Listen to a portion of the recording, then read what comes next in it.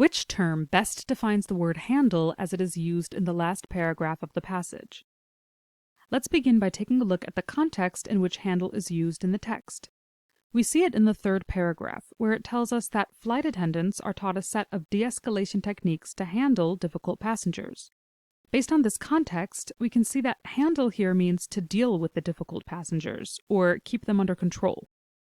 Let's now take a look at our choices and see which one could best replace handle in this context. Appeal doesn't work, as appeal means to plea or ask for something, which doesn't suit our context. Regulate could be an option, as to regulate means to control or direct. It's a little businesslike for our context, but we'll keep an eye on it as we take a look at our other choices. Operate doesn't fit our context, as it has a connotation of working machinery, not working with people.